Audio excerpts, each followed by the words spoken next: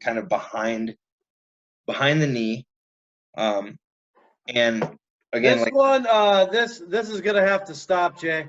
My wife thinks her water broke. Oh, hey. So, yeah. Anyways, good podcast. And that's it out. Well, hey, good luck. Keep me posted. Tell her. All right, I will, man. Tell her she's awesome, and yeah, go get him, bro. All right, brother. Later. Bye. Imagine you've been.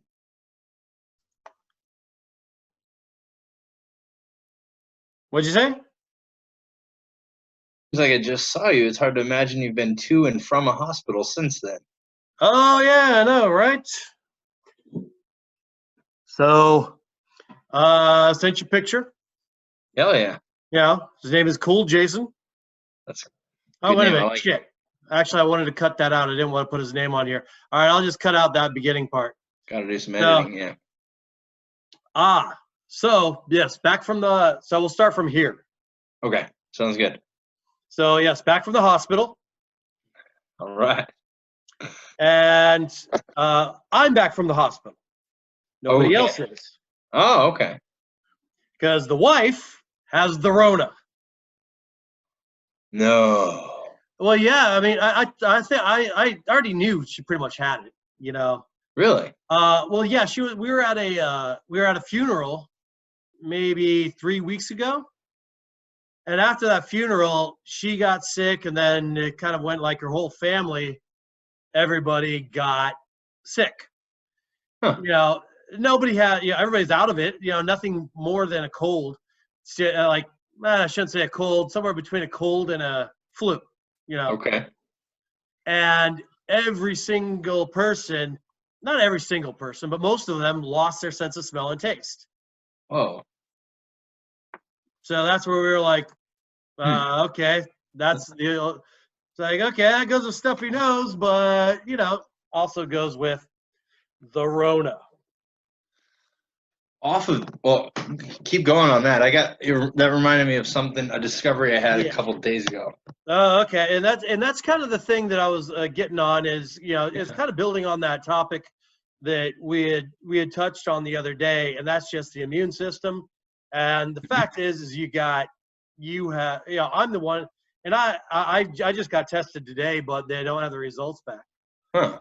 But the difference between whether I had it and I fought it off, whether maybe I have it now because I was, instead of being in just a house together, we were in a sealed off room together. Whoa. Yeah, because the room was sealed off. They didn't want to really expose us too much because they suspected when she came in, that she had it. She's on the tail end of it. She's almost, no symptoms really left. And so she got the test back because they were keeping her yesterday. They kicked me out just for, suspecting, anyways, so she got it and they're keeping a baby. Like they took the baby out. Yeah. As soon as we had it, we saw it for like a minute. She didn't even get to hold it. Oh. Because she had symptoms of the coronavirus, Yeah. So it really sucked. Whoa. What's going through your head? I mean, with little man and everything. Well, I mean, everything I'm reading shows that the studies are pretty good on their resilience to it. I mean, it's not to say that it's anywhere out of the woods, but you're not really out of the woods with almost anything. But especially with this going on right now, man, it's you really. And I've been looking at it for a while, and only today when I was looking at it, is it really such a bad thing? But the thing is like we're going to. It's like, okay, well, number one, if I do present with stuff with it, which I hope I obviously hope I don't, more for the safety of spreading it than just having to go through it myself. Yeah. Like I said, everybody else seemed to have gotten away with, I mean, she had a stuffy nose. She didn't run a fever, nothing like that. All right. Last we left our heroes. What? Oh, sorry. That's a good way to start. We're both talking the same thing. I said, when last we left our heroes. Then I was Yes. going to let you take the floor. When last we left. All right. So yeah, for the listener, yeah, we'll go in. First of all, it's 8:36. So I guess we'll make sure that we write down any edits, any time edits that we need to make. Okay. Second one of the podcast. All right. Which will be, the first 2 minutes now, but Yeah. we'll get that. We'll trim that down. There we go. So I'll just keep this just in case. I'll just let you take the floor and kick it off. All right. All right. We are recording. Welcome to the RootHealth podcast. And this is Jason Root. I'm here with Jay Gordy, my co-host. And today we're going to go in and we're going to start talking about a couple different things. Number one, this is the part 3 of episode 2, just because the subject matter is all pretty much the same. We're everything's surrounded around the COVID coronavirus type thing around the coronavirus, and my own personal encounters with situations surrounding said coronavirus. And then we're going to go into a little bit of hospital decision making, or let's call it medical decision making, and different outlooks within medical, within medical and healthcare, and how those affect decision making. And sorry, we also have our other co-host over here, which is my son, my baby, who's just there you go. He's chilling with us today. So Patient that they're gonna make the cure from his antibodies. yes, possibly. You never know. Yeah, I can't imagine being a father of 2 kids and Hold on, thinking real quick. back to those I'm gonna times. pause it. Okay. And so we're talking Medical about decision making. Yeah, sorry, we had to pause it there for a little bit for anybody listening if it sounds choppy. But so what we want to talk about is what the situation was, what it ended up being, for those that are interested, because it seems to be of high interest to a lot of people out there. And and then through my own experience, in my education, and and in my experience, what I've seen, and how do we navigate medical and healthcare decision making? Why are medical and healthcare decisions made in certain ways, and why do we have to keep that in mind? Why do we have to keep in mind that medical decision or healthcare decisions are made to do A versus B? And I think we'll talk about that clip we saw from another guy out there. And I think he pretty much really encompasses a really good philosophy and some really good points that are being I just don't think they're very very much considered from a from a medical system that still has a human systems point of view. Mm. We'll talk about like kind of what human systems are versus holistic and versus all that. So first part. So for anybody who's interested, obviously that's why you're listening. But from the last one, we kind of left it as my wife had been diagnosed positive with COVID, corona. She is, she was always very low symptomatic. Nothing, more than, kind of a cold. And then we weren't sure about me and the baby and how things were going to go that way. Since then, luckily, the baby is negative and I'm negative. Now, with regards to how are people tested, and how are decisions made based upon those tests?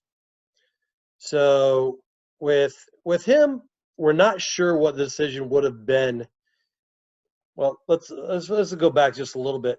Um, how did this particular hospital system decide to treat the situation versus what other research was out there? Number one, so basically, my wife gave birth. He came out. He's on the table, and I'm over there looking at him, looking at him, marveling, and so and at that point they had already known that she was possible to have COVID. And when I turned around to go and take care of her, doing something, comfort her, she had just given birth. They David Blaine his shit right out of there. He was a disappearing act. Oh my God. And so this is, and so the fact that they did this, and the thing is, I knew they were going to do. I knew they were going to do it because they, when we had come into the hospital and she had explained her symptoms, they threw us into a room like the monkey in Outbreak. We were like, which is a quote from another movie. And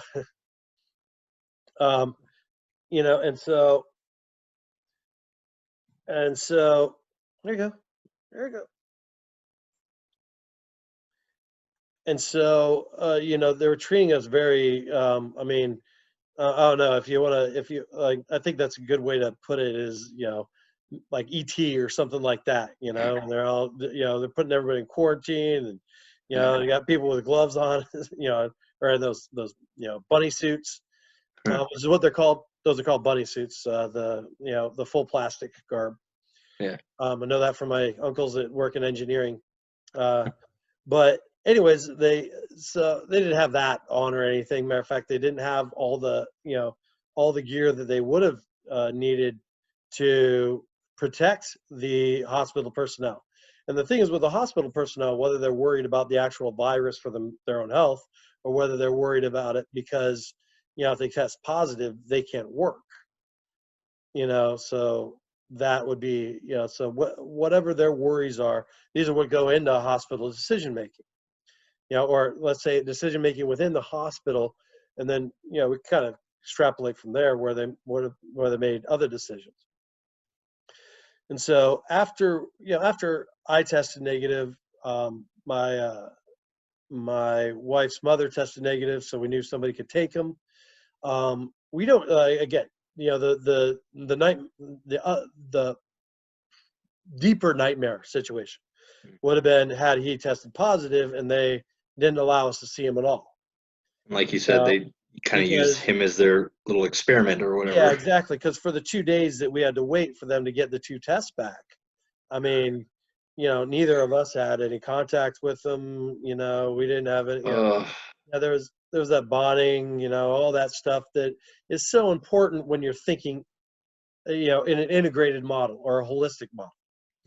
And to explain, first of all, to explain to, where do I even know what the hell I'm talking about? So I'm a kinesiologist. My undergrad degree is in kinesiology, but my master's degree is in biomedical diagnostics. And so we studied, all of this stuff. So from the kinesiology end, I basically study what I can do outside of the actual medical care as an extension of healthcare. And then from the biomedical diagnostics, I study healthcare. I study medical care, and we studied decision making in healthcare and how things are done and why they're done. And so, anyways, that's just kind of my background. Once they, once they had their policy, for how to treat this was to completely separate mom and infant, which makes sense, in terms of not spreading a disease straight across. However, if you're, you know, and that's in a human systems, you know, a very isolated point of view. You know, you're looking at the house. You know, if you're looking at a house, you're looking at a single brick. You're not looking at the entire house. And that tends to be how medicine makes decisions, because their main goal in medicine is not to have liability. Who controls medicine? It's insurance companies. Insurance companies, you know, where insurance companies run all their data is on risk and liability. So their job is to diminish direct risk. The problem is that you take proximal risk versus distal risk. So proximal risk being the risk that's right in front of you, distal risk being what are you actually creating further on down the line. You know, and so you know, what other systemic risks? Interestingly enough, I was watching last night. Did you watch Netflix, The Unabomber? In his own words. No, well, that's on my quo. I started watching episode 1 and then got interrupted. So that's the next thing I want to watch. Okay, so like episode maybe 2 or 3, they start talking about how he got really sick when he was a kid and he was separated from his family by medical personnel, and how he didn't get that bonding, and how he was completely different when he came back. You know, because he was isolated from any, like his parents couldn't see him, his brother couldn't see him. You know, his brother is telling this story how Right. you know, Kaczynski was a completely different person. You know, How old was he at that point? How old was he? They didn't actually say. Okay. They said when they were bringing up things about infants, you know, how an infant really needs to be, you know, create that bonding experience. And, you know, what we were talking about, you know, some of the concerns we had were, you know, he has antibodies. You know, if we're talking about immune system, there's antibodies that need to be, that were created in the mother. Yeah. Yeah, he probably has them because they crossed the, you know, because they crossed the placenta. Yeah. So he probably has those. And by the way, I got tested both for the antibodies and for the disease, and I had neither, which is very odd. Huh. I think at the end of last one, we said they don't have an antibody test. They do. The hospitals don't have an antibody test. This one, I had to go outside of like, it was in a JCPenney parking lot of a mall. And they have the antibody test, but it's not very what they call specific. Or I'm sorry, it is specific. It's not very sensitive, meaning that it's only about 85% accurate. And so you want your you want your sensitivity and specificity to be higher than that. So you know, but I tested for the 2 antibodies that they test for. I tested negative for both, meaning showing that I hadn't even been exposed. Which you know, I lived in the same house with a wife who was positive for the last 3 weeks. Or so you say. Yeah. So no, I mean, we're pretty darn sure because the symptoms were there. No, I'm And just kidding. so we're like, okay, well, what other? So the question there is, what other immunological mechanism could have kept me from it, or how is the disease spread that we're not sure of? And so, you know, another little tidbit was we were talking to a pediatrician who had really done his homework. By the way, this pediatrician was a concierge pediatrician, which means they do kind of a retainer system where you pay out of pocket a retainer for the service of somebody being a pediatrician, and you can go as much as you want to the doctor, or you pay a nominal fee to go to the doctor. Instead of the insurance system where, you know, you pay the copay. You pay for the risk of where you pay for the risk of you know, something big happening, and you pay instead of a premium. But you know, it's a little bit different. The concierge system is much more, first of all, it's much more private. It's not in a very large socialized system. So you know, so they treat everything a little bit different, and depending on your concierge doctor, you know, they're much more likely to add in more of a holistic element. You know, to have, you know, so on one end you have holistic, on the other end you have allopathic. Allopathic is traditional, what we'd say is traditional, even though holistic is well before allopathic. But holistic holistic takes, into account the whole person. Allopathic is a human systems model where they're more about treating symptoms. They're more about treating things with drugs and surgery, which is what you want when things go really bad. But in order to prevent something from going bad, you want to have more likely a holistic approach. I'm going to pause this real quick. Okay. Okay, so you have holistic and allopathic, and an integrated thought process is where you consider both sides of that of that kind of seesaw, or balance or whatever. And so I find that you get that a lot more in um, in the concierge system and with doctors outside of the hospital system, or the big hospital systems, uh, because of the way that hospital systems are graded. For one, they're graded on basically your readmissions. Does somebody get sick with the same exact thing within 30 days of leaving the hospital? 30 days is it. You're not talking about a lifetime. So if somebody comes in with cardiovascular disease, they get a stent put in their heart or something like that. It's like, okay, well, are they good for 30 days? Yes. So the hospital gets graded on that sort of a grade. 30 days is a pretty short period of time, for somebody who has a cardiovascular system needs to, function for a lifetime. So, that's the kind of thinking that is it's seemingly short-sighted. And so, when we had this hospital system, we're like, they're telling us their policy is, pretty much separate completely the mother from the baby in this scenario. And so I spent, days, talking with different people, looking at different things. We had, information pouring in from everywhere. And so what you see is that different hospital systems in different places do things quite differently.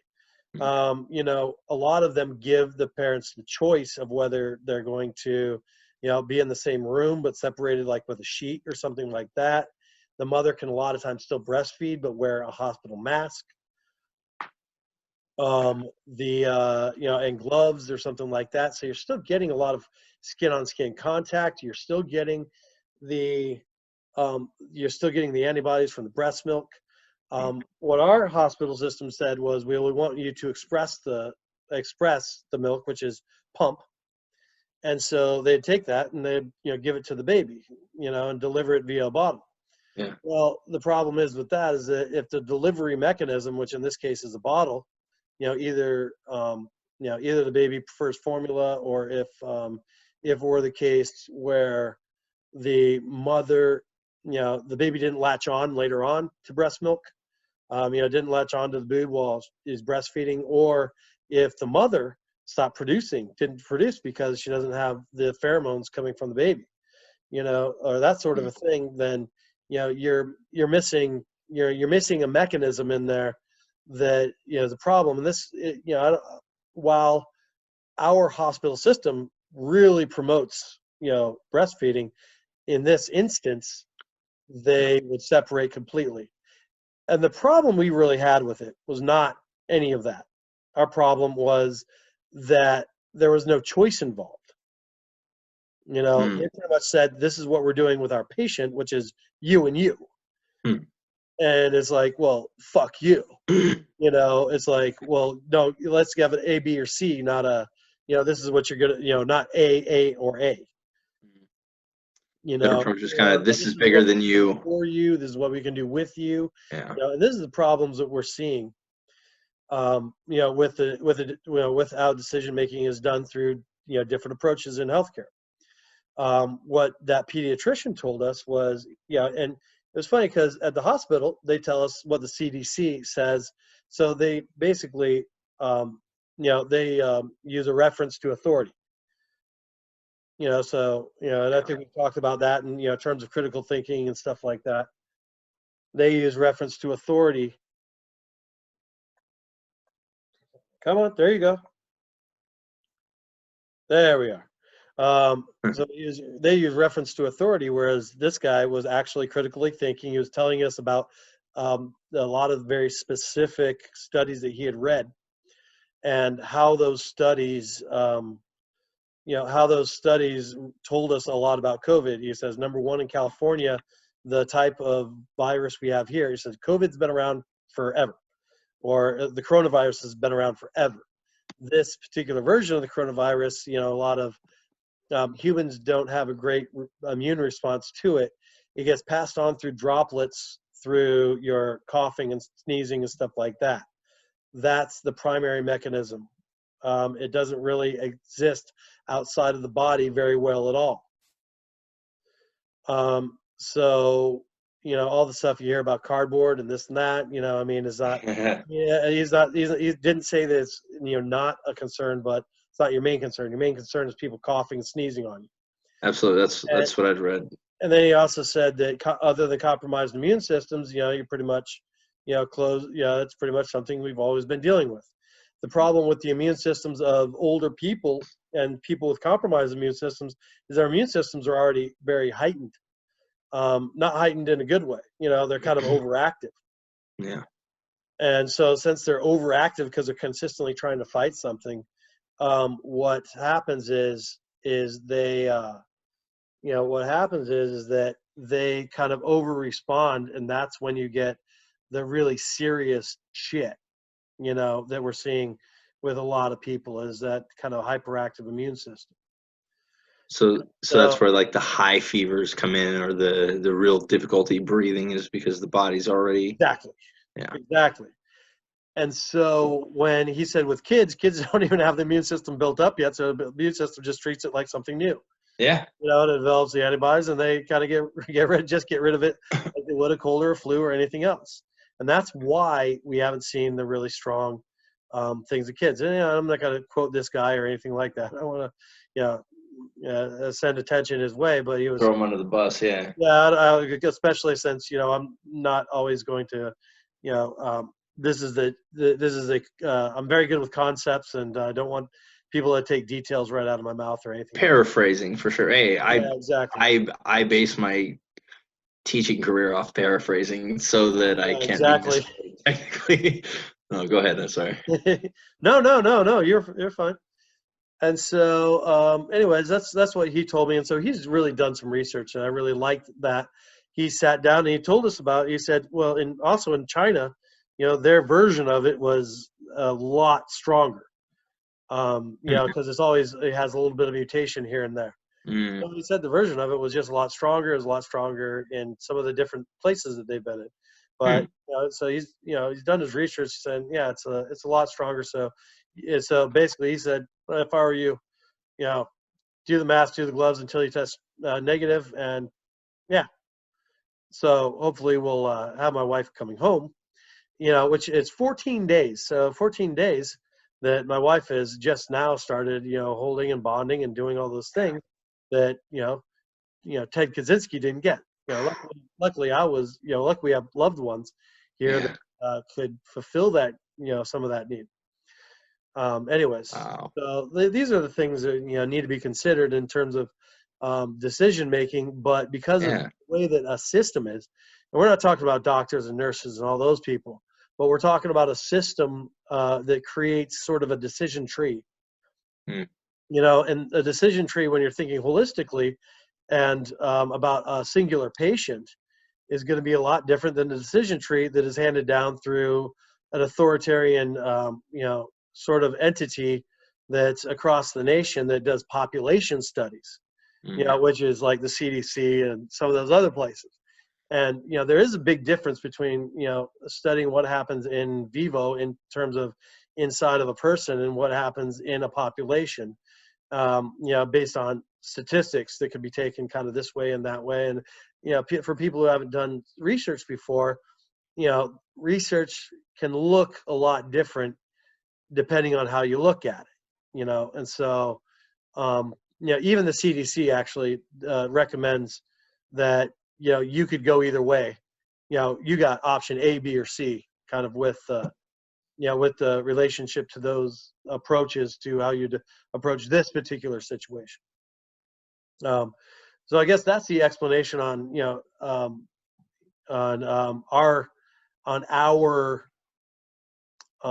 our situation and, what's going on out there in terms of how is medicine approaching it. Hmm. Again, it's a kind of a spectrum.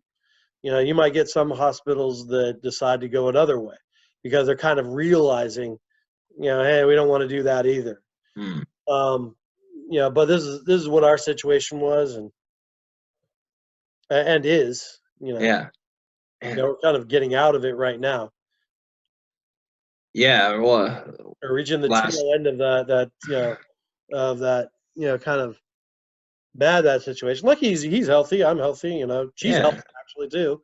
She just tests positive. Yeah. Yeah. Well, I mean, one term you used a few times during the last podcast was being out of the woods. We're not out of the woods yet, but this is what it is at the moment. And Yeah. I mean, that's when you're making decisions on the fly like that. That's the attitude you have to have. Now, did they test him for antibodies, or are they able to test him for Yeah, antibodies? that's a great question because that's the thing. As I said, the hospital does not have the antibody test. Right.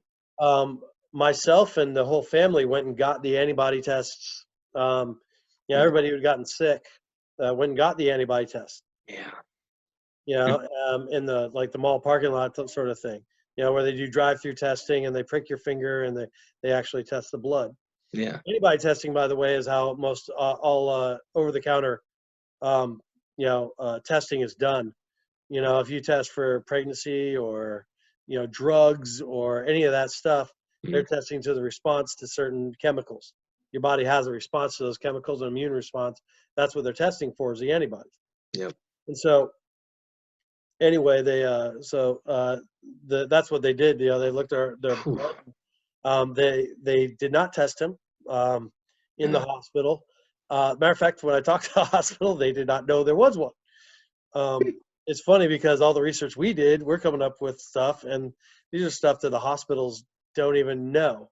So that shows you where there's a big barrier in the bureaucracy.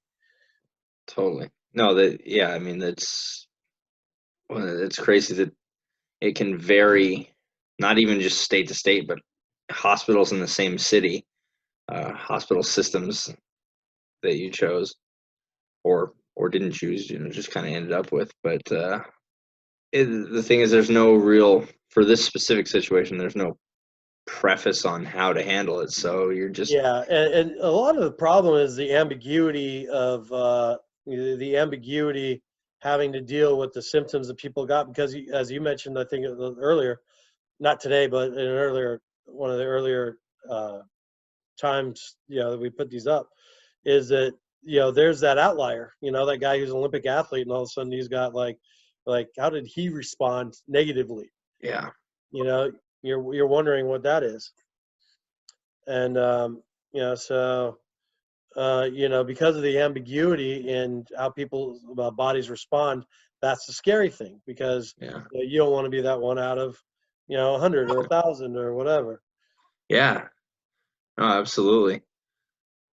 There's I'm glad you've been reading up on this because I remember just as it's been unfolding over the past, well, it's been more than 30 days, but really 30 days where it's been like center stage and in the media spotlight is I've heard theories or people suggesting that even experts suggesting that it can affect people with different blood types differently, uh, different or just weaker strains. I Yeah. haven't really read anything about mutations, but again, I haven't been reading up. I'm not up Yeah. to date Well, on. that's what a strain is.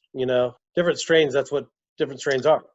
Oh yeah, okay. Yeah. Well, So I think I meant people with uh, people showing worse symptoms than others, or people that just get it worse or have worse cases of it. Uh, Still doesn't necessarily mean they're more or less contagious than someone that doesn't. oh yeah, yeah, yeah. Like the Yeah, people who strains was the wrong word probably, but okay, yeah, like the people who are basically asymptomatic, are sometimes as able to or as contagious as other people. Although I don't know that that's true. I'm just saying that's the concept that you're talking about. Well, anything I'm saying in this is either going to be. I'm never going to say anything definitively here, but and No. I said that's it's just going the to be. concept you're pointing towards. Is you're questioning that whether, and I don't know. I mean, they didn't really say anything about that. All I could postulate is that if you have it and you're Yeah, asymptomatic and your body deals with it, then it's in and out of your system a lot quicker than somebody who's carrying it around for a while because you have what we call comorbidities, which is other conditions. right. The other Well, conditions put your so body in. like you're a good example. I mean, of the mystery, right? Being around several people who had it and were contagious, and then you not showing signs of ever having had it or having antibodies for it or anything. Yeah. So, but again, there's the uncertainty of the test. There's so much uncertainty. Yeah. Kind of, I kind of reminded me to interject with what I was talking about earlier with my client who tested positive for it. Yeah. Uh, and I'm not gonna give it too much attention because again, it's all uncertainty and kind of dwarfed situation by your whole Oh, whole sure, man. experience That here. doesn't matter. I mean, it's still all the same subjects. I mean, we all My want. coronavirus story is cooler than yours. No, I'm I had a It'll be our client. nom. What's that? It'll be our nom. Yeah, yeah. Exchange our Like stories how here. every Pour how the whiskey. every how every TV show back in the '80s was like, yeah, back in nom. Like, yeah, Yep. back in the Rona days. Oh yeah. All the dads on the shows had their war stories and whatnot. Yeah, Like, I had a client. And this was actually about a month ago to the day. I picked her up first session. It was on March 3rd.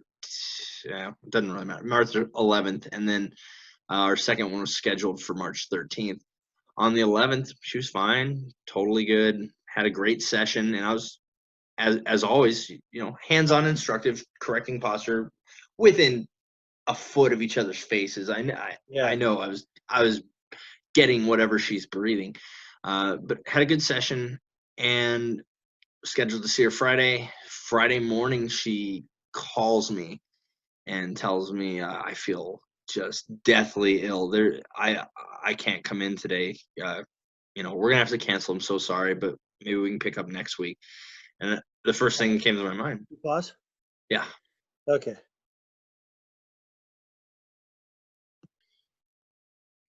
All right. Sorry. Go. Oh, Sorry no about worries. So we rescheduled, and I think that was probably the last or one of the last training sessions I had. that. Okay. Hold on. But Sorry. so yeah, one of the last sessions I had anyway. I followed up with her a week later. I think it was a week to the day, the following Friday, and she said she was still horrible, hadn't gotten any better. I'm like, oh shit. Okay. Sorry. We're gonna have to edit this thing. All right. So So, when all I right. followed up with her, yeah, still same symptoms, just as bad. So I told her, I was like, you might want to see if you can get tested for coronavirus or talk to your doctor about it. And this is Yeah. before there was before it was known. Oh yeah, you can just go to street corner and get a test now. Yeah. But so I keep following up with my clients week in and week out. Yeah. I let a couple weeks go by. Just like I said, just kind of slipped through the cracks, honestly, for a couple weeks, and then I I followed up with her yesterday, and she's like, I'm all better, 100% healed, but I did end up testing positive for COVID-19. And I was just like, shit. I saw her less than 48 hours before she was having those really bad symptoms, and what they Yeah. say, you can be contagious without even knowing it, and you don't. Sometimes people don't show symptoms till they've been contagious for 4 or 5 days a week. Who knows? Everyone's different, but yeah, I was thinking, I was like, if it's possible I had some exposure to it, I could have even Yeah. had it. I mean, the thing is, my whole family had strep throat.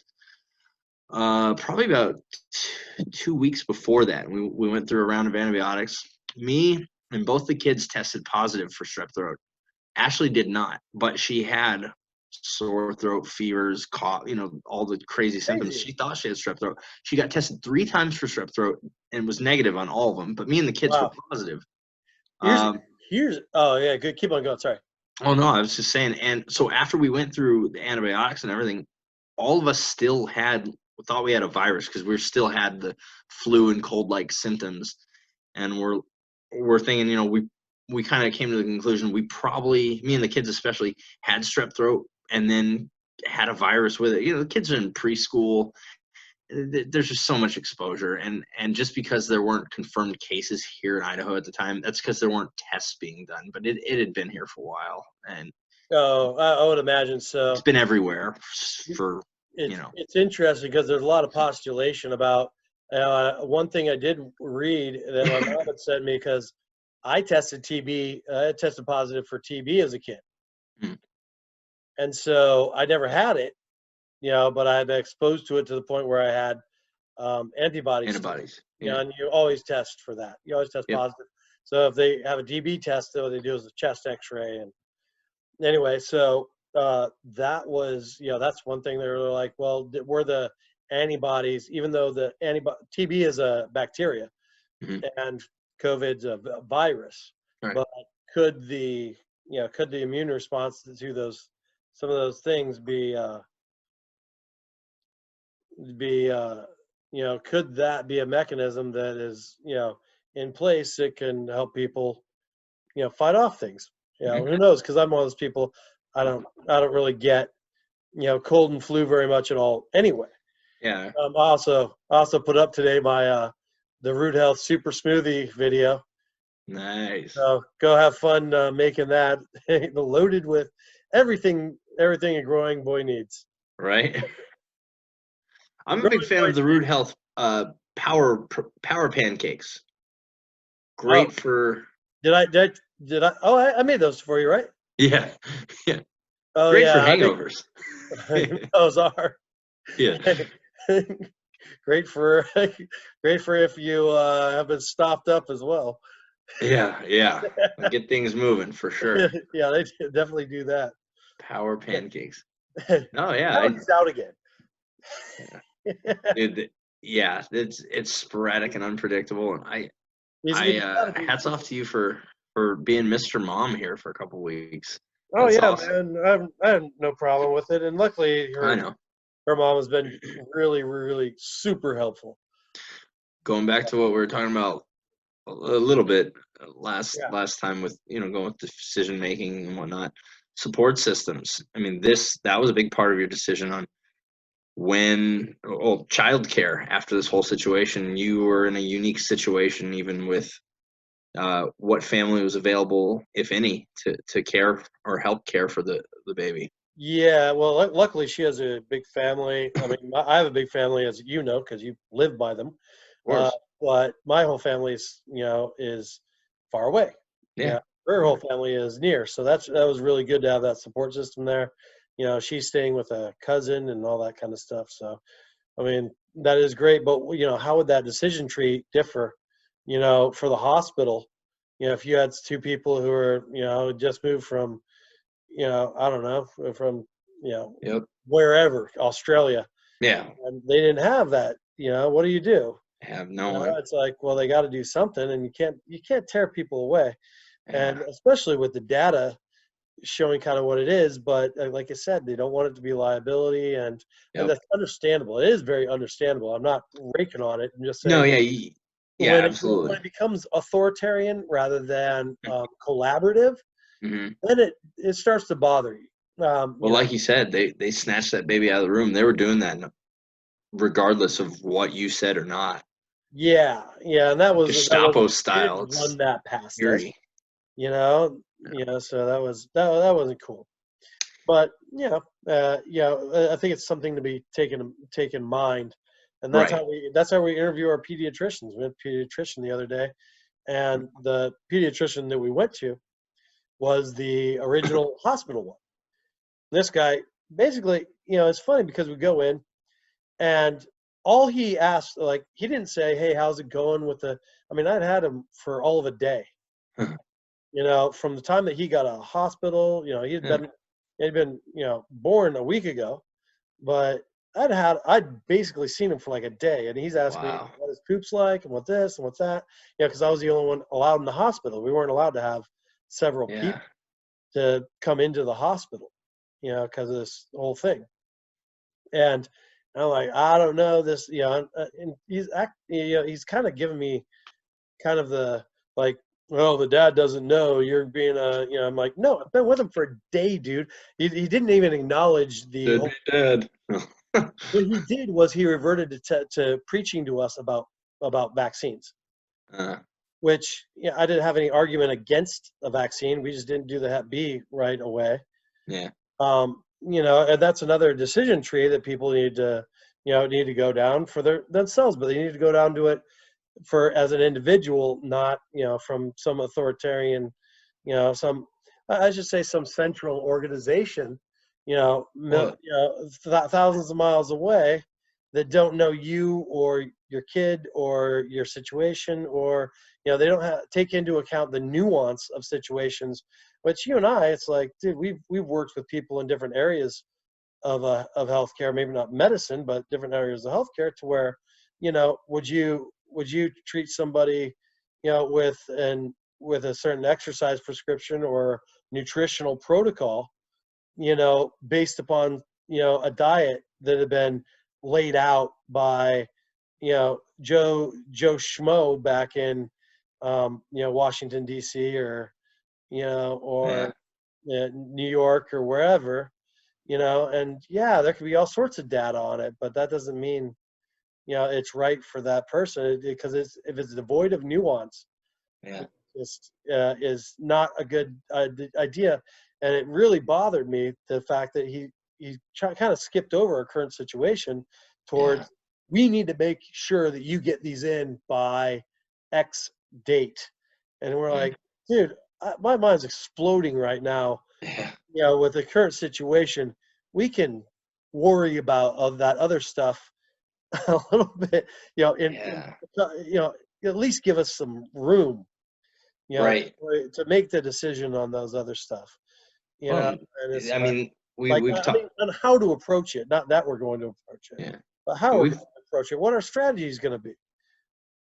we've talked about sales, like from the sales mentality, pressure sales and whatnot. The same thing. I mean, there can be, in a sense, pressure sales from medical staff or the doctor could, you know what I'm Yeah. saying?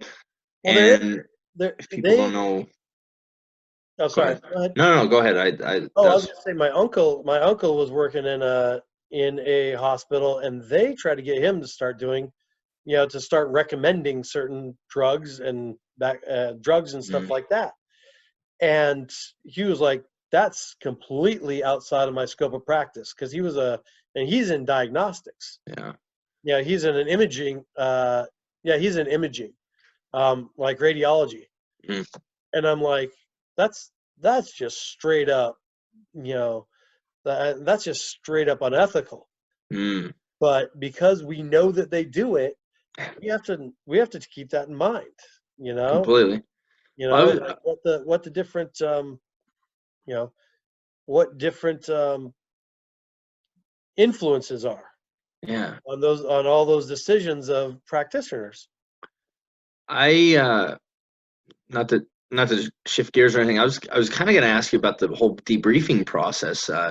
Considering for the first 5 days of his life, he was kind of in isolation, well, from you guys anyway. Like I don't know if this is like kind of putting you on the spot with asking like what questions, like let's say you're talking to someone in your situation or in a similar situation, like what questions they should ask, or what your debriefing process was like before your first doctor's visit. You said it was only like a day and a half between you got him out of the hospital and then took him to that appointment. Yeah, well, he basically got out of the hospital, went with his grandmother because she Yeah. was tested negative a day before I was. Mm, So she had him for a couple days, because it was also recommended that I stay away, just to make sure that there was no symptoms coming around, even though the test that they gave me was 99.9% accurate or whatever. yeah. Um, so that I should Wow. wait and come by, in a couple days. So it was 2 days after that. So I think he had actually been maybe 3 days in the hospital, 2 days. Okay. And then and then she had him for a couple days, and then I took him to that appointment, and then we brought him home. And we've been kind of tag teaming in the care on it. Yeah. In terms of what to ask, I'd say, I mean, I'd say keep up to date on knowing whether that antibody test comes along, because they can show that there is at least some natural immunity by showing that they've been exposed and they have those antibodies. Yeah. I was actually hoping that I would be positive on the antibody test and negative on the what they call a PCR test. Right. The antibody. PCR test for the virus, antibody test for antibodies. Yeah.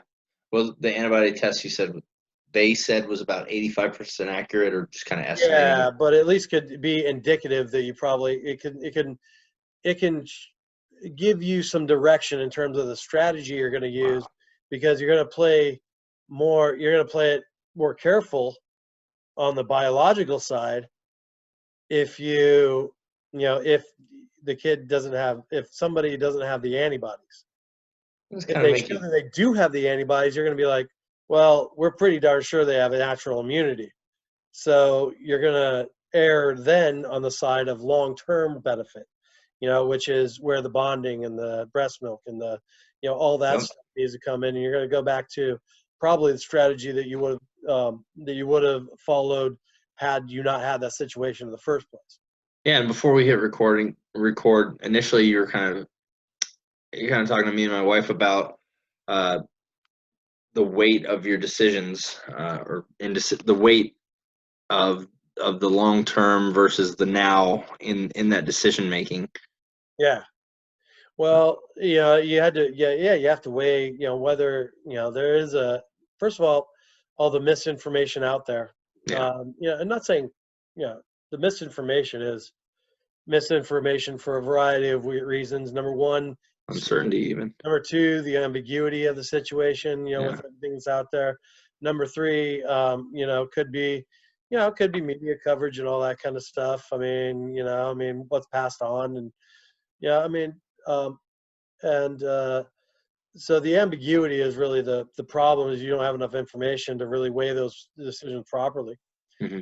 To evaluate risk, evaluate the risk of the short term versus the long term. An antibody test could have helped us weigh that risk. Certainly. Of that short term risk and shoot towards long term risk. Mm-hmm.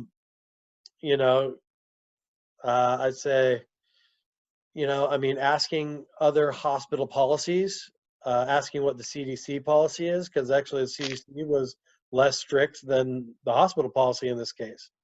Right. Also, policies they told us at the hospital the policy was changing every day on it.